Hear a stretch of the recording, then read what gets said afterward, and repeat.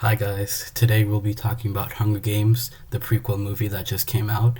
Highly anticipated not just for me, but for a lot of people. Even though I did hear it did bad in the box office, which I don't think it deserved, it's definitely a movie I've been waiting for, especially since I read the book. And you should read the book if you haven't yet.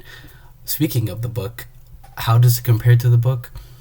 I definitely think the book is better because it fleshes out the characters more, but it still did a good job, and I think they did the best they could to translate from book to movie, which I would praise actually that they did a good job with that, even though it's not the exact same. You can't always expect that, but yeah, they did a pretty good job with that. I heard that the producers and director wanted a part two, but ultimately the producers decided that they just wanted one movie.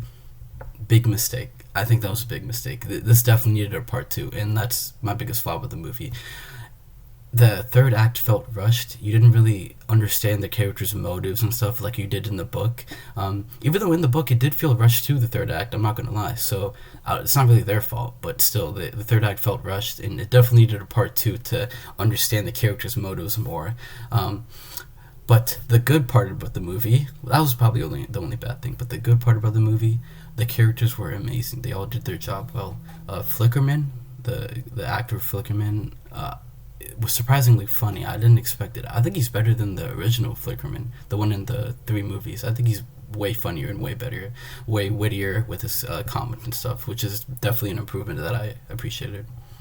Snow, he was menacing. He was great. I loved him a lot. He's what I pictured when I read the book, physically and mentally. It was very good. I liked the Snow character actor too. Lucy Gray, she was good, but I just wish we had more of her for me to say she was on the same level as Snow, right? Because even in the book, you didn't really get that much of her, but still, the book did a lot more than the movie just did. But we did need a little bit more of Lucy Gray for me to say she was really good, but she did a good job with what she had, especially the actor too, even though there's a lot of controversy with her, which I'm not going to talk about, but she did a good job with what she had. The characters, the side characters, all the other characters like Sejanus and Dr. Gall, all of them did a great job. Phenomenal. It's exactly how I pictured in the book, which is another good thing.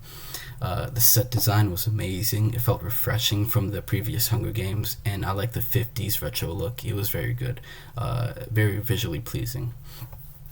Overall, this movie was a good movie.